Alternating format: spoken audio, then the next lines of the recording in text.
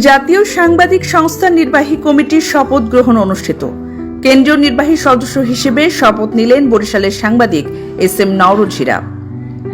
27 September শনিবার জাতীয় সাংবাদিক সংস্থা 2025 থেকে 2028 মেয়াদের নবনির্বাচিত কেন্দ্রীয় নির্বাহী পরিষদের শপথ গ্রহণ অনুষ্ঠান জাতীয় প্রেস ক্লাবের আব্দুস সালাম মিলনায়তনে সকাল 10টায় অনুষ্ঠিত হয়।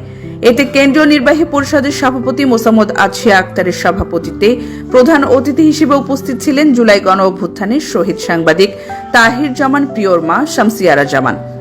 বিশেষ অতিথি ছিলেন এটিএন এমসিএল এর ডিরেক্টর মোহাম্মদ আনিসুর রহমান এবং শহীদ সাংবাদিক আবু তাহের মোহাম্মদ তুরাবের ভাই আবুল আহসান মোহাম্মদ আজরফ।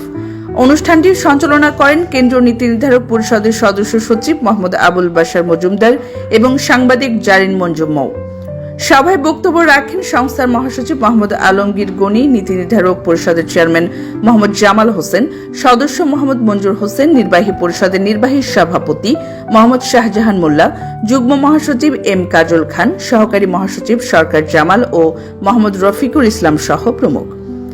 এছাড়া উপস্থিত ছিলেন কেন্দ্রীয় নির্বাহী পরিষদের যুগ্ম মহাসচিব চট্টগ্রামের এম এর সাগর, নির্বাহী সদস্য বরিশালের এস এম নওরোজ হীরা, নির্বাহী সদস্য আহমদ মহিবুল্লাহ, দপ্তর সম্পাদক রাব্বি মোল্লা, রাজশাহীর এটিএন বাংলার প্রতিনিধি সুজাউদ্দিন ছোটন সহ অন্যান্য নেতৃবৃন্দ, জেলা ও উপজেলা শাখার সভাপতি এবং দেশের বিভিন্ন প্রান্ত থেকে আগত সাংবাদিকবৃন্দ।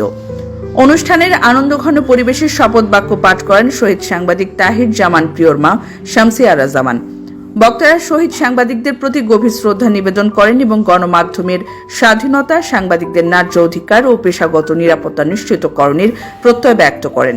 তারা আশা প্রকাশ করেন যে নতুন কমিটি সাংবাদিকদের অধিকার আদায়, সৃজনশীল সাংবাদিকতা চর্চা এবং গণতন্ত্রের অগ্রযাত্রায় বলিষ্ঠ ভূমিকা রাখবে।